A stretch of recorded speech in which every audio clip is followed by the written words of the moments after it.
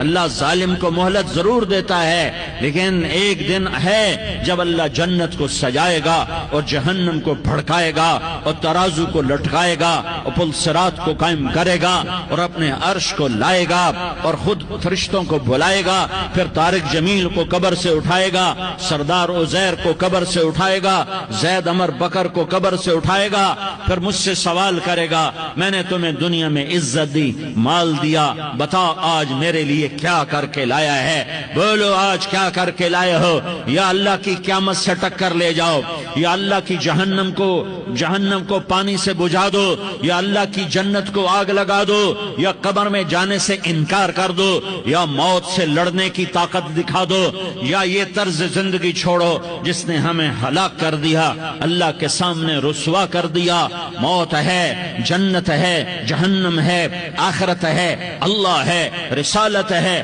محمد مصطفیٰ کی ہستی ہے جو تمہارے لیے پس گیا، لٹ گیا، دان توڑوائے، خون ہوا۔ جاؤ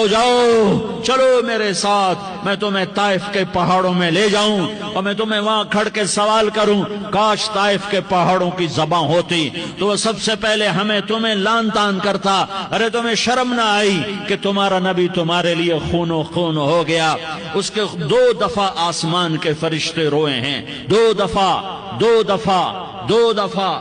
دفعہ آسمان کے فرشتے روئے ہیں۔ ایک 4000 سال پہلے جب ابراہیم بوڑھا باپ 96 سال کی عمر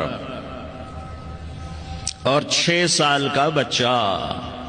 اور حکم دیا جا رہا ہے دشمن کے گلے پہ چھری چلانا تو بڑا آسان ہے کہ انسان جب وحشی بن جاتا ہے، جانور بن جاتا ہے، سانپ بن جاتا ہے تو اسے ڈسنے میں کوئی آر نہیں ہوتا، اسے کاٹنے میں کوئی آر نہیں ہوتا، لیکن سامنے تو اسماعیل کھڑا ہے، 86 سال کی عمر میں بیٹا ملا اور باپ 92-94 سال کا بوڑھا ہو گیا، اور میرا رب کہتا ہے ابراہیم اسماعیل کی گردن پہ چھری چلا دے، میں دیکھنا چاہتا ہوں تو میرا ہے یا اسماعیل کا ہے، تیرے دل میں میں ہوں یا اسماعیل ہے؟ کہ میرے رب ہزاروں